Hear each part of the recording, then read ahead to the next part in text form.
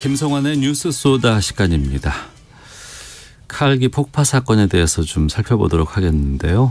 87년에 발생을 했습니다. 미얀마에서 대한항공기가 폭파가 됐고 마유미, 김현희 이런 얘기들을 많이 기억하시는 분 계실 거예요. 최근에 미얀마 해저에서 이 칼기로 추정되는 동체가 발견돼서 지금 이 사건이 다시 재조명되고 있습니다. 시사평론가 KBS 1라디오 밤을 책임지는 시사의 진행자 김성환 씨와 함께합니다. 어서 오세요. 네, 안녕하세요. 87년이 참 기억하시죠? 저 다 기억나요. 네. 저도 기억이 납니다. 이게 88 올림픽을 앞두고 있는 상황이기도 했고 당시 시국이 굉장히 어수선한 참 어수선했던 시기였고 많은 희망과 기대도 많았던 시기였기도 했었어요. 그렇죠. 그때 개헌이 있었고 그게 마지막 지금 개헌으로 기록으로 남아있지 않습니까? 네. 그리고 대통령 직선제가 처음으로 도입돼서 대선을 바로 앞두고 있는 시기였기 때문에 그때 이제 미얀마 안다만 해역 상공에서 대한항공 이 칼기 858기가 공중 폭파하는 사건이 발생했다. 네. 이 소식이 알려지니까 국민들의 충격이 대단했던 거죠. 네. 그러니까 858기는 탑승객과 승무원 115명을 태우고 가던 중이었고요. 이게 이라크 바그다드에서 출발해서 한 곳을 경유했고 그리고 이제 서울로 다시 날아오는 중이었습니다. 그러니까 전원 폭발이 공중에서 일어났기 때문에 실종이 됐고 유해나 유품은 발견하지 못한 상황이었습니다. 네. 2개월여 뒤인 1988년 1월 15일 국가안전기획부 안기부라고 우리가 얘기를 하죠. 지금 국정원의 전신인데요. 안기부가 수사 결과를 발표를 합니다.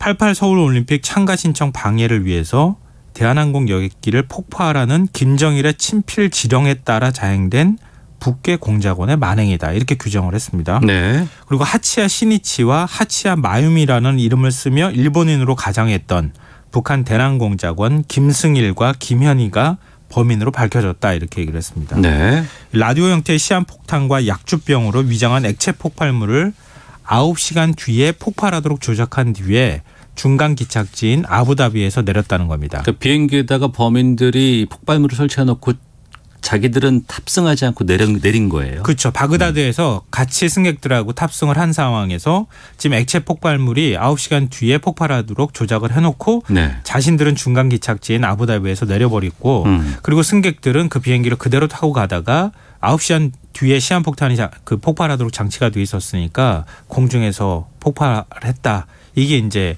그 당시의 수사 결과 발표였습니다. 많은 분들이 그렇게 알고 있어요. 네. 근데 사실 이게 시기가 많이 지났기 때문에 33년이면은 벌써 그때 태어난 아이들이 지금 이제 이미 결혼을 할 나이가 됐잖아요. 그래서 다시 또 설명을 드릴 수밖에 없는데요. 그러니까 비행기 사고가 나면은 흔히들 요즘에는 그렇잖아요. 동체를 찾거나 블랙박스를 찾아서 수색 작업을 하게 되잖아요. 근데 당시 유가족들이 유해라도 찾아달라 이렇게 절규를 했는데 비행기가 산산조각이 나서 찾기 어렵다 이러면서 동체나 이런 걸 찾을 생각도 하지 않았어요. 그런데 33년이 지난 올해 1월 대구 MBC에서 칼기 동체로 추정되는 물체를 발견했다 이렇게 보도를 했습니다.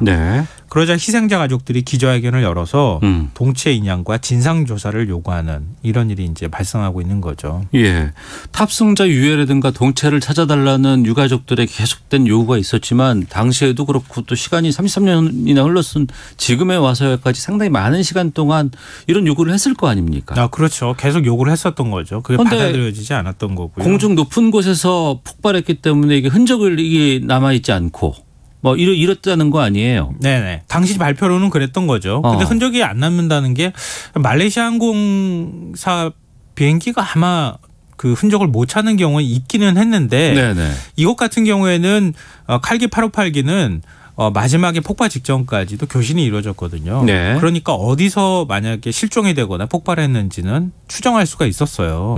그러니까 찾으려고 맘만 먹었으면은 얼마든지 동체를 찾을 수가 있었는데 그런 노력을 한 흔적이 별로 보이지 않는다는 거예요. 근데 올해 1월에는 어떻게 찾게 된 거예요? 그러니까 지난해 대구 MBC에서 위안부 특집을 제작하기 위해서 미얀마를 갔다고 해요. 근데 그때 같이 취재를 했던 기자가 칼기 폭파 사건에 대해서 평소 관심이 많았던 모양입니다. 그러니까 미얀마에 간 김에 현지인들한테 칼기 858기에 대해서 혹시 아시는 거 없어요? 이렇게 물었죠. 이것 때문에 간 게 아니고 다른 일 때문에. 다른 거 취재 때문에 갔던 거예요. 근데 현지 어선 선장이 칼기 엔진을 인양한 사람이 있다. 이런 말을 해줬다는 거죠. 기자 입장에서 눈이 번쩍 뜰 수밖에 없잖아요.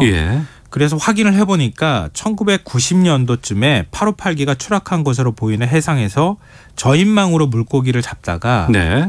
엔진을 그물에서 이제 건져 올렸다는 그러니까 거예요. 비행기 엔진인 것이죠. 예. 그러니까 물론 이제 858기라고 이렇게 딱 특정하기는 어렵지만. 예. 그래서 대구 MBC에서 그러면 그 엔진을 찾았다고 하는 그 해상을 좀 알려달라라고 해서 수중 촬영을 시도를 하니까 비행기 동체로 추정되는 물체, 그러니까 반경 한 100m 정도 안에 길이가 한 30cm 정도 되는 것에서부터 한 10m가 넘는 동체 4개도 발견이 됐다고 해요. 네.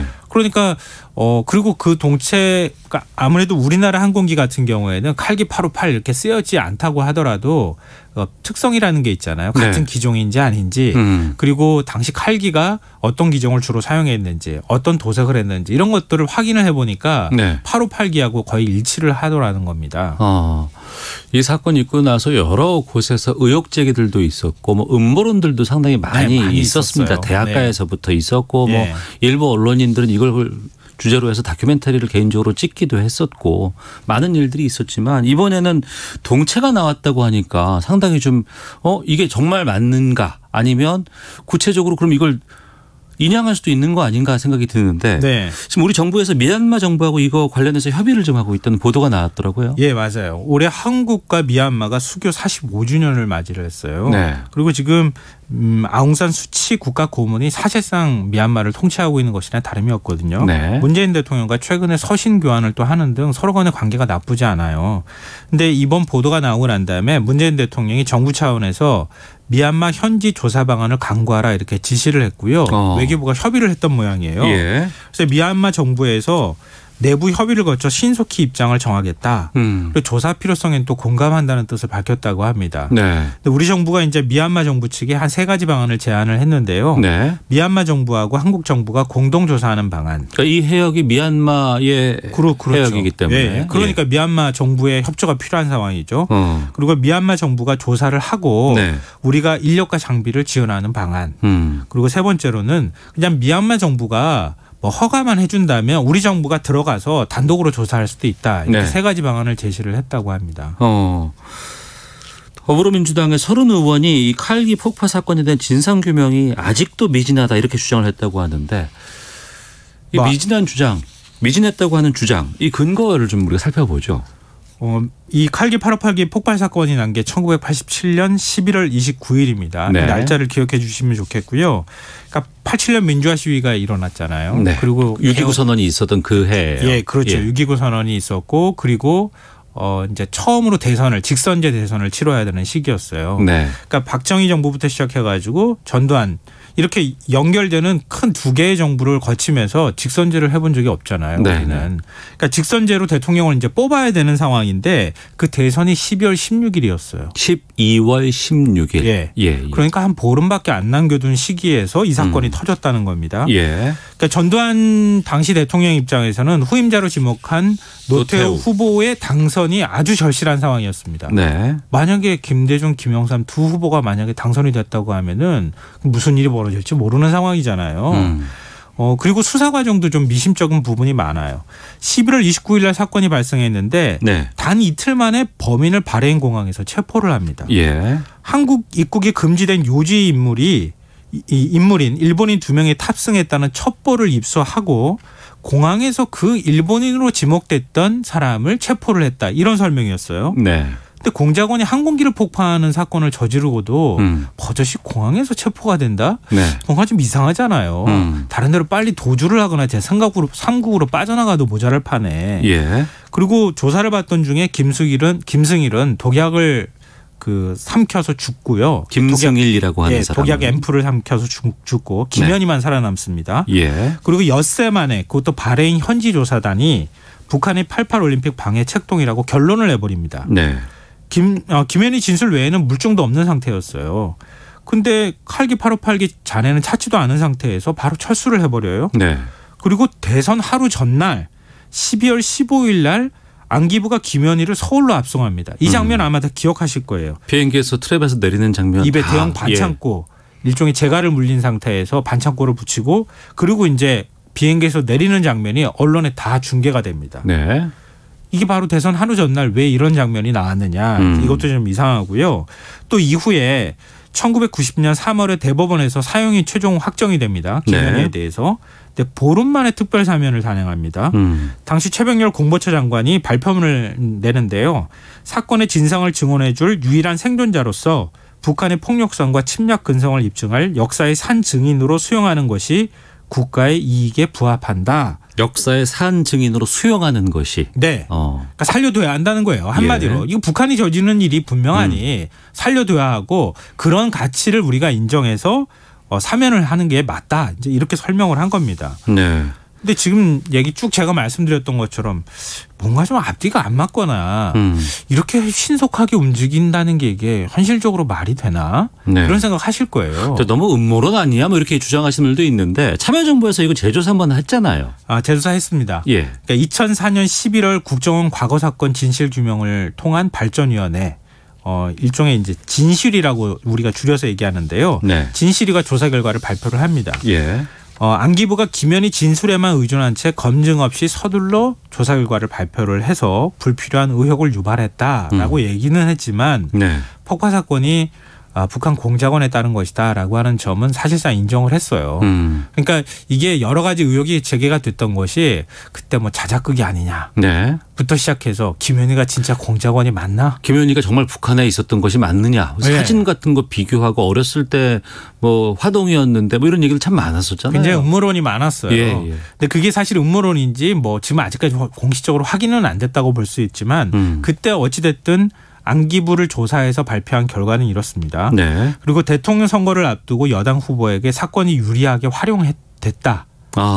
그러니까 대선 개입 의도가 뭐 있었다는 건 인정이 된 거네요. 그 사건의 진실과 상관없이 이거를 어떤 방식으로든 대선에 활용할 목적이 선거 하루 전날 잡아서 내리게끔 한 거 이런 것들은 대선 개입에 의도가 있다. 예, 맞습니다.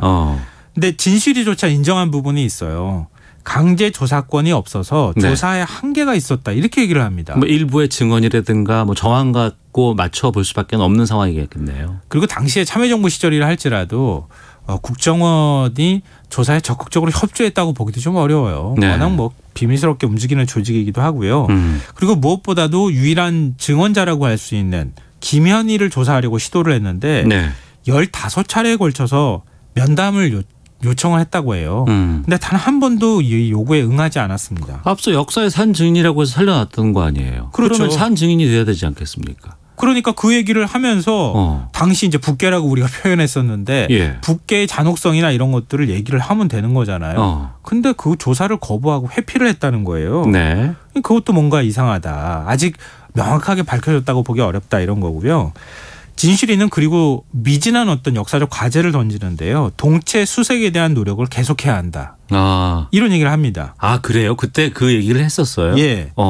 그러니까 동체 수색을 그동안에 하지도 않은 상황에서 지금 동체로 추정되는 물체가 발견이 됐으니까 이번 조사를 통해서 당시에 진실이가 동체 조사를 통해서 다시 한번 확인 검증을 해야 된다고 하는 사실을 우리가 좀 기억할 필요가 있다는 거죠. 네. 그 미얀마 안다만 해저에 있는 그 동체가 추정 동체입니다. 아직까지 858기라고 확정된 건 아니에요. 예, 그렇죠. 왜냐하면은 다시 재조사를 해봐야 최종 확정할 수가 있는 거죠. 그러면 재조사를 하고 또 이 동체를 좀 인양을 해본다거나 그러면은 좀 무언가 진실에 대한 실마리가 나올 수 있지 않을까요? 아직 단언하기는 어렵지만 얼마 전에 민감용 경찰청장이 엠번방 사건 수사 의지를 밝히면서 한 말이 굉장히 회자가 많이 됐잖아요. 모든 접촉은 흔적을 남긴다. 모든 접촉은 흔적을 남긴다. 예. 그러니까 80년대 발생한 화성 연쇄살인 사건의 범인들 잡았잖아요. 이 중에도. 그러네요. 그것도 DNA 흔적 그 작은 거를 통해 가지고 범인을 특정할 수가 있었던 거잖아요. 그러니까 동체를 찾아서 분석을 해보거나 폭발을 했다고 하면은 폭발한 흔적이 남아있을 수 있거든요. 동체가 찢어진 모양이라든가 그름이라든가 이런 거. 그리고 만약에 아주 작은 가능성이지만 블랙박스 찾았다고 생각을 해보세요. 블랙박스 분석이 가능한 상황이었다고 하면은 좀 더 진실에 가까운 진상규명이 이루어질 수 있을 거라는 거죠.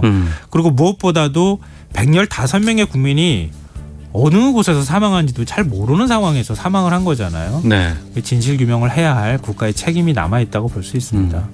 모든 접촉은 흔적을 남긴다. 이 흔적을 통해서 좀 진실이 밝혀지기를 좀 기다려보죠. 자, 김성환 씨와 함께했습니다. 고맙습니다. 네, 고맙습니다. 자, 오태훈의 시사부 마치겠습니다. 내일 뵙겠습니다. 안녕히 계십시오.